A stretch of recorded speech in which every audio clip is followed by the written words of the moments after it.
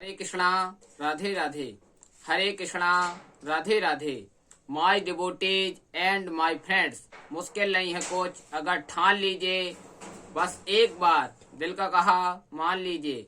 It is not difficult if you decide to do something once you accept the heart. मैं आपका GPPM Gokarna परम पूज्य महाराज एक छोटी सी कहानी के साथ सीखते हैं हर दिन कुछ नया। एक लड़की थी, बचपन से ही अनपढ़ थी। उसने अपने जीवन में कुछ पढ़ा लिखा नहीं था। उसकी एक लड़के के साथ में शादी हो गई। उसे उस लड़के से बहुत ज्यादा प्यार हो गया और लड़के को भी लड़की से बहुत ज्यादा प्यार हो गया। दोनों का प्यार प्यार में 1 साल व्यतीत हो गया, पता ही नहीं चला। जब 1 साल व्यतीत हो गया तो एक दिन की बात है, लड़की के पति को किसी काम से परदेश बाहर जाना था 7 दिन के लिए। उसने कहा एक काम करो, पत्नी से कहा देवी एक काम करो, तुम 7 दिन यहीं रुको, मैं परदेश जाकर 7 दिन के बाद वापस आ जाऊंगा। लेकिन वह लड़की अपने पति से बहुत ज्यादा प्यार करती थी। उसने कहा 7 दिन कितने होते हैं, 7 दिन तो मुझे पता ही नहीं है। तब उस लड़की ने कहा क्या किए जाए, इसको कैसे बताया जाए कि मैं 7 दिन के बाद वापस आ जाऊंगा। वह जोर जोर से रोने लगी कि मुझे भी साथ ले चलो।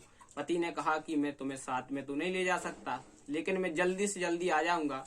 तो उसने कहा कुछ तो उपाय बताओ कि कैसे 7 दिन में आप वापस आओगे, मुझे कैसे पता चलेगा, मैं पढ़ी लिखी नहीं हूँ। तब उस पति ने एक छुई पहले चलती थी, एक जो आज कहते हैं जो लिखने वाली होती है, कलम होती है, वो चाक होती है, वो उसको उठाया और दीवार पर 7 डंडी खींच दी। कहने लगा कि जिस दिन ये 7 डंडी खत्म हो जाएंगी समझ लेना उसी दिन मैं आ जाऊंगा। तुम सुबह उठते ही एक डंडी मिटाते जाना, दूसरे दिन उठना दूसरी मिटा देना, तीसरे दिन होना तीसरी मिटा देना, चौथे दिन चौथी, 5वें दिन 5वीं, 6वें दिन 6वीं, 7वें दिन 7वीं। जिस दिन 7 रेखाएं समाप्त हो जाएंगी उसी दिन मैं आ जाऊंगा। यह पत्नी प्रसन्न हो गई। पति परदेश चला गया।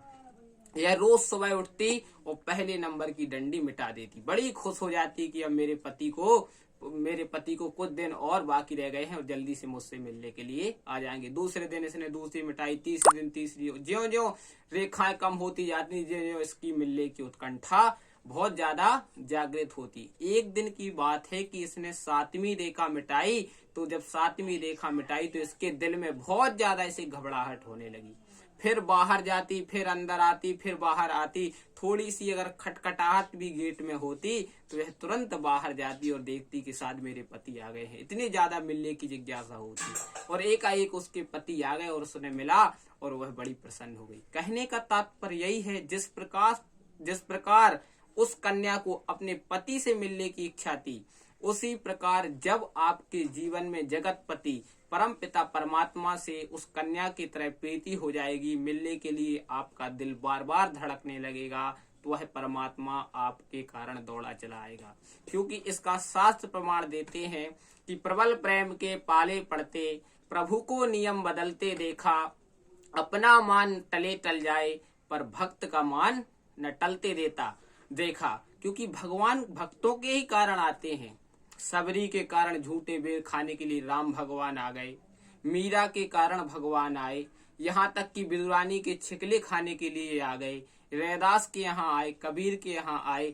आपके यहाँ भी परमात्मा आएगा जब आपको परमात्मा के प्रति विश्वास हो जाएगा। जब आपको परमात्मा के प्रति जिस प्रकार उस कन्या को प्रेम हो गया था, आपको भी परमात्मा से प्रेम हो जाएगा, तो परमात्मा खिंचे हुए, बंधे हुए, दौड़े हुए चले आएंगे। परमात्मा पर आपको विश्वास करना पड़ेगा। कैसे विश्वास करना पड़ेगा? जिस प्रकार से आप रात्रि के समय किसी मरघट से निकलते हैं तो आपको लगता है कि यहाँ भूत है, उसी प्रकार जब आप मंदिर जाएं तो आपको इतना विश्वास होना चाहिए कि यहाँ मेरा परमात्मा है।